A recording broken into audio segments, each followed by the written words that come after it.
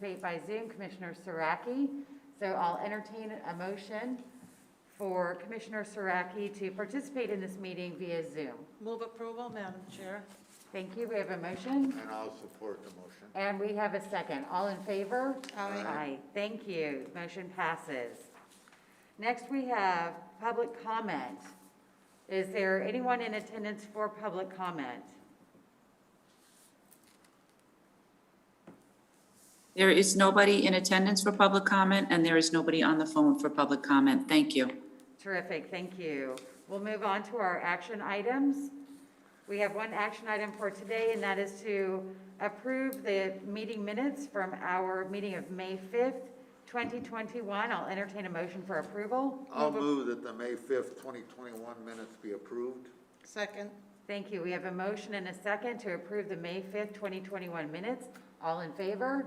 Aye. Aye. The motion passes. Thank you. Next up, we have our information items, and first is the fiscal year 21 quarter 3 scorecard by Trish Collins. Do we have Ms. Collins with us today? We do.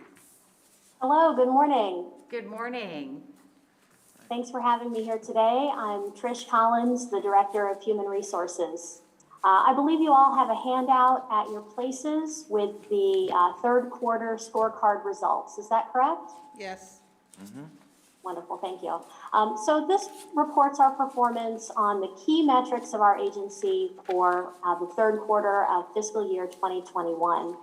As always, I'd like to start with a brief kind of navigation guide to looking at this report.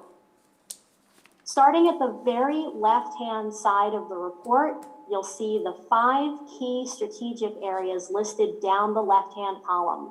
That's community support, financial stability, customer service, employee engagement, and commitment to performance. Those are actually the same 5 key strategic areas that are on the mural at the back of the conference room that you're in right now. Each strategic area on the scorecard is measured through several individual metrics, and those are described in the next columns moving towards the right. Each metric has its own unique code, a short title that describes it, and the performance goal that we are trying to achieve throughout the year. Then you see the goal points. That's the total possible points that we can earn by meeting that goal. And then the next 3 columns are an at-a-glance indicator of the number of points we've earned in quarters 1, 2, and 3, and color coding to make it really easy to see how each metric is performing. The color coding legend is in the top right-hand corner. You'll see that green means that we have met or exceeded that goal. Yellow means that we are between 90 and 99% of the goal. So close, but not quite where we want to be. And then red is any performance below 90% of our goal. So the first thing I'll draw your attention to is in the lower right-hand corner at the bottom of that page, we have our overall score for year-to-date at the end of Q3. We've earned 97 out of 100 points. So overall, doing very well and performing as we are hoping to. There are a couple of metrics, though, that I'll spend a bit of time talking about. And again, our color coding makes it easy to see which ones we are spending special attention on. First, I'll talk about our customer service metrics. Those are goals that are identified as org 9, org 10, org 11, and org 12. They're about in the middle of the page. So the current scores that you see listed for quarters 1 through 3 are from the most recent survey that was conducted, and that was last summer. This year's survey was conducted this summer. Those results are being compiled, and they should be ready for reporting with our 4th quarter scorecard. When we report those goals, we will overwrite the entire year with those scores.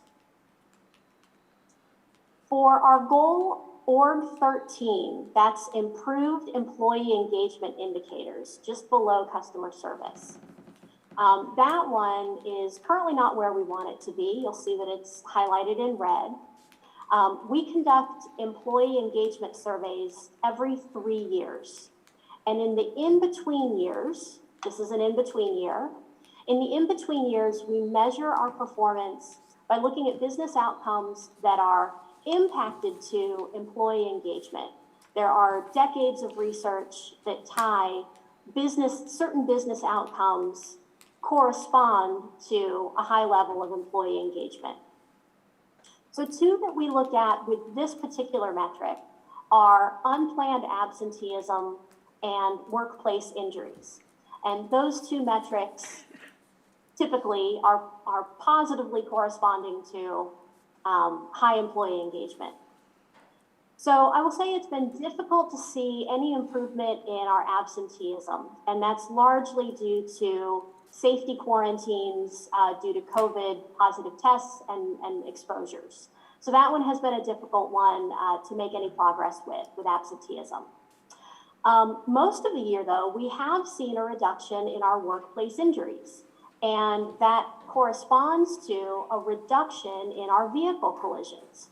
Our drivers are doing a great job out on the road, reducing the number of accidents that we have. However, this last quarter, despite a lower number of accidents on the road, we saw a very slight increase in the number of injuries that our employees reported following bus collisions. So this is a little bit strange, and we're looking further into this to see how we can make some improvements, not only to continue to reduce the number of accidents that we have on the road, but also the number of injuries, typically soft tissue, neck, back strains that we have reported after these accidents. Moving down a little bit to our Org 17 metric, that's the annual improvement in key American Bus Benchmark Group metrics. So as you probably know, we are members of the American Bus Benchmarking Group. That's an important way for us to compare ourselves with transit peers across the country. We collaborate all year long to measure various operational metrics and compare them against each other. Now, we pay special attention to any metrics that where we are performing in the bottom half compared to these peers. And each year, we set a goal on our scorecard to improve at least half of those metrics where we are below average compared to our peers. And it has really worked for us. Because of our focus on these performance areas, we've climbed into the top half compared to our peers on 3 metrics that were below average for us in previous years. We've improved on diesel fuel effectiveness, reducing passenger injuries, and seat utilization. So far this year, we've also achieved improvement in 2 additional areas we were targeting: on-time performance, and as I mentioned a moment ago, reduced vehicle collisions. So we are doing well, but the full points for this metric are based on improving at least 1 more metric in this area. So either driver training hours, carbon emissions, or passenger trips per revenue hour, or passenger trips per revenue mile. So as you know, with your support, we are continuing to invest in electric vehicles. We believe that will continue to help us improve our CO2 emissions. And we're also increasing our driver training staff to make progress in the amount of training that we provide to our drivers. So we're looking for improvement in those areas. Finally, the last metric that I'll touch on that you see highlighted in red is Org 18. That's the Sunrunner project progress. Our goal by the end of the 3rd quarter was to reach the milestone of at least 40% construction complete. At the end of the 3rd quarter, we were a little short of that at 29% complete. This was partially due to the timing of some invoices and also due to some supply chain issues with some of our materials. So we've identified alternate materials and suppliers, and we're continuing to make great progress on the construction of our Sunrunner project. So overall, we're very pleased to present a strong performance so far this year. with again 97 points out of 100, and continuing to focus on those areas where we want to see improvement. I'm happy to discuss any questions, and at this time I will turn it back over to the chair. Thank you. Do we have any questions? We do not. That was very thorough. Thank you. Thank you, Did Trish. you have something you wanted to say? Oh, no, I was just going to point out, thank you. Trish does a fantastic job of outlining all these issues. Of course, this is for Q3 that ended July 1st, when we thought we were doing pretty well with the pandemic at that point. All right. I'm worried about Q4 when we get that in. We're going to have probably a little bit more red, I think, on some of the metrics. Almost entirely due to the pandemic. I heard on the last thing she talked about the Sunrunner. The Sunrunner project is going great, but we learned yesterday that some of the other projects, in St. Pete Beach, they are replacing their sewer pipes underneath Gulf Boulevard in a massive project, and that is.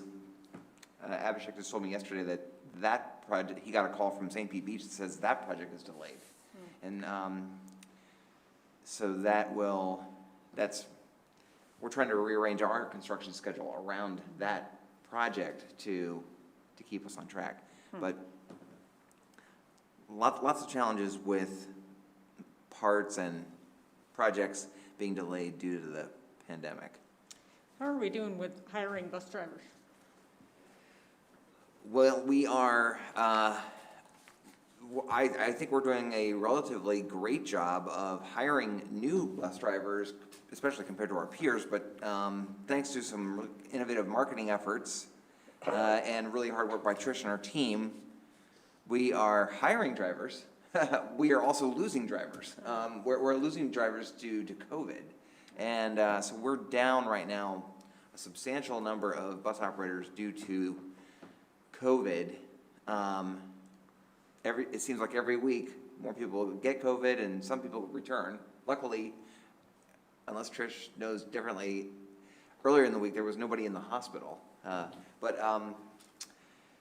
So we're looking at what we might be able to do on that. We are, especially on Mondays and Fridays mainly, we are sometimes missing trips. Certain runs of the bus won't run because we don't have drivers. So we're having a discussion later today about whether or not we temporarily, until we can hire enough new people and maybe get beyond this surge, maybe going back to the service levels that we were doing in the springtime, where we operated a little bit less service. Kept the service on the main routes, but on some of the other routes, reduced the service some just to get through this time. I don't know, we'll have to see. Do we have any idea how many, or what percentage of our drivers are vaccinated? I mean, not that you don't get sick. that's We're my working husband on just that too. We don't know, because, so we just kind of assumed it'll be consistent with Pinellas County's overall level maybe. But we are trying to work with our union now to do a mandatory survey. And it's been out there, and Trish has been leading that. I think we've gotten, about a third of the results, third of the people have responded so far? Yeah, almost half of our employees have responded, and a third of our employees have said yes, they are fully vaccinated. So certainly hoping to see that percentage grow as we get the second half of our employees to respond. Yeah.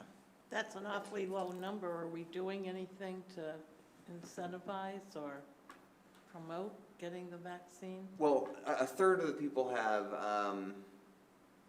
affirmatively said they're vaccinated, or confirmed that they're vaccinated. Half of the people haven't even responded, so we don't know. But Hopefully, how many employees do we have? We have, 600? I was gonna say Yeah. hundreds. A third is not a lot of people. I know. My goal is to get the survey done, see where that puts us at, and then take maybe more drastic measures beyond that with hopefully with the union buy-in, so that we can get the people back to work. rather than being at home sick. Yeah. If I may, I'll also add, we certainly have done a lot of communication about vaccines. We've also incentivized, if you let us know that you're vaccinated, you get an extra paid day off.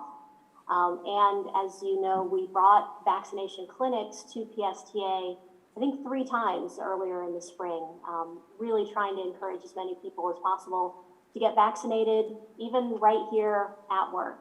Yeah. Okay. All right. Anybody else? Okay, well, let's look at the board meetings agenda then. Thank you, Trish. Okay, so just a reminder, we have 2 meetings of the PSA board this month, on the 15th and then on the 29th. Both those will be at 6 o'clock. Thanks to a suggestion by Commissioner Bennett, we moved the Finance and Planning Committee meetings on the 15th from the morning to 4 o'clock, so they'll just be right before the budget hearing at 6 o'clock. Thank you for that. As far as it looks now, our agenda, which you have a copy of in front of you, still trying to work with the city of Clearwater on Ava, on a third pilot along Clearwater Beach. The hangup is a parking location. Surprise. Yeah, there's challenging for parking for human cars as well. But that hopefully will go to the finance committee and then to the board this month. The goal is to get Ava up and running again, either this coming, a week from tomorrow in Dunedin, either a week from tomorrow or the 16th in Dunedin for the remainder of about a month's period of still running the Dunedin pilot. And then start the Clearwater Beach service right around mid-November through the holidays along the beach. So we're looking forward to that. The other, there's actually a new item that the legislative committee just prior to this meeting just recommended a state 2022 legislative agenda, so that'll be on, we'll be adding that to this. And then 7B on the back of the page, this is a resolution required, trying to seek out all possible resources for sustainable energy for PSTA. There are some Federal Department of Energy grant opportunities that require your project to be part of the state and then county resiliency plans. And so we've been working with Pinellas County, the folks at Pinellas County that oversee the county resiliency plan, and they're supportive of putting our solar projects, and specifically for Department of Energy, the battery infrastructure, the battery storage of electricity onto their plan, onto the county plan, and then that'll get onto the state plan, which then will make us maybe in the running to get federal money too. It's kind of a long shot, I've been told, but yeah, it can't hurt. And I'm not sure if that requires any other, I don't know if the county commission has to approve that or exactly, but I know we have to have a resolution on that. And then item 8 is an item for those of you who've been on the PSTA board for a while, know that we've in the past had a lot of discussions about the kinds of buses we purchase, and we really want to move toward a 100% electric fleet. So what we're going to do this month for, is our practice for major items, is to have as an informational item 1 month and then an action item the next month. So September will be an informational item about our planning for replacing of buses, and then an action in October to put an order in for some electric, hopefully all electric, buses. I think what we'll probably recommend is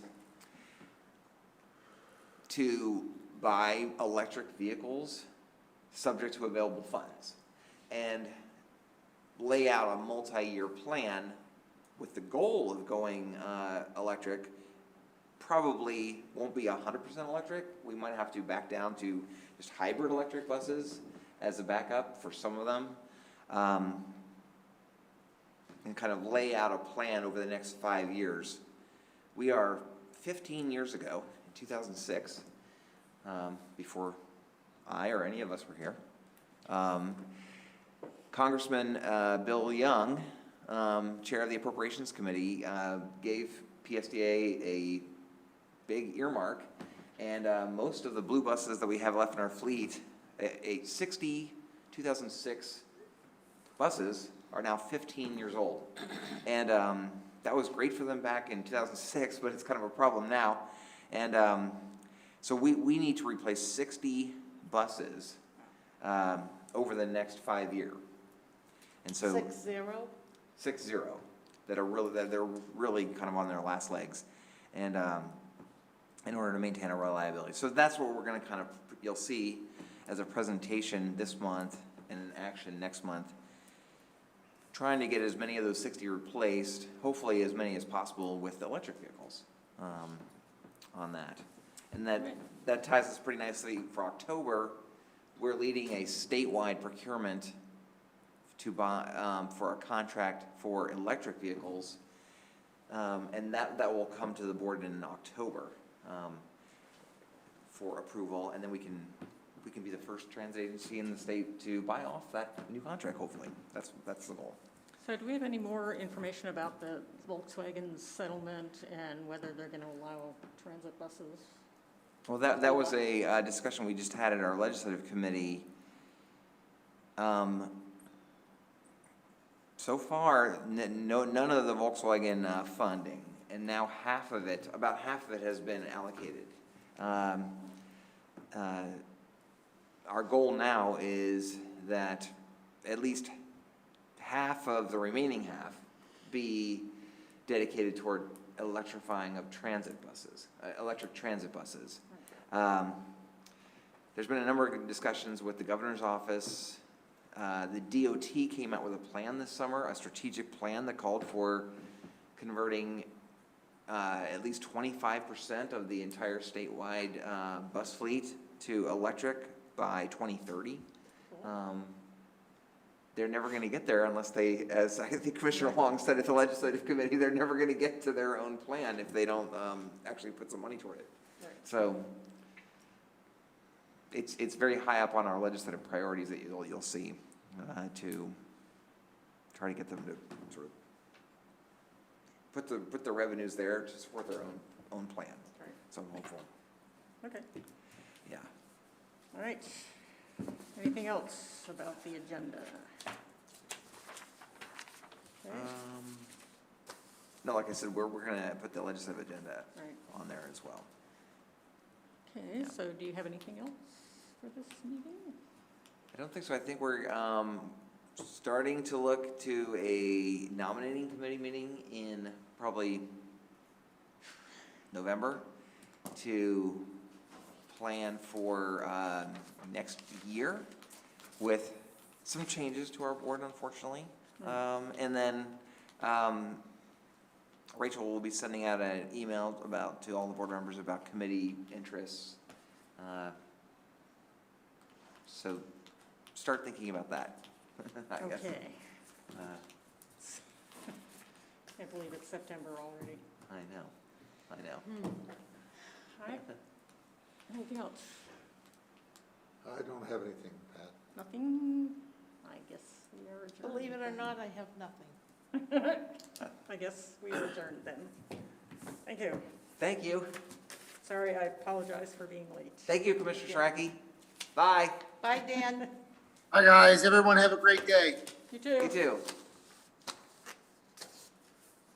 The meeting, the 29th, is also at 6 PM, is that correct? Yes. Yep. I think Commissioner Shraki And the was in, 15th will be I think he might have been in Hawaii. really What short. time huh? of day is Really? it? What time is it in Hawaii?